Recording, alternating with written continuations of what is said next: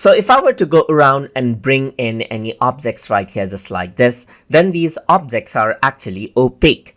Meaning if I were to go around and bring in some other objects right here, then you can see that you cannot see through these objects right here. But if you want to go ahead and then make these objects transparent, then you can use the opacity settings for them. So to do that, I'm going to go around and click on this object right here.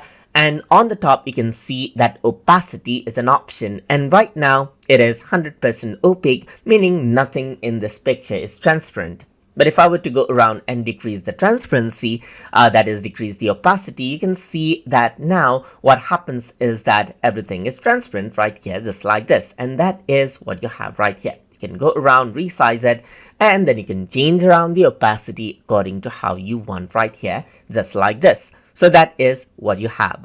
So if I were to go around and bring in, let's say, for example, shapes right here. Let's go around and bring in this shape right here, which has 3 colors, as you can see, just like this. You can go around onto the opacity and change the overall opacity of the shape as well.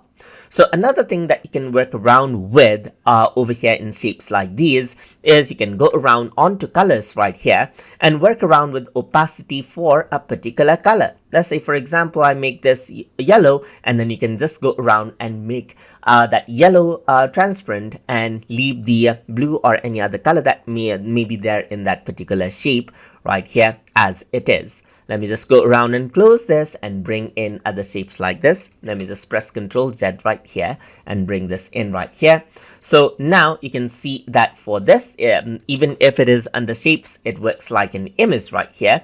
So to work around with the opacity, you can go around and change it, and you can see through it just like this. And that is how you can go around and then utilize the opacity settings inside of VistaCreate. So I hope you guys learned something as always. And as always, please like, comment, share, and subscribe.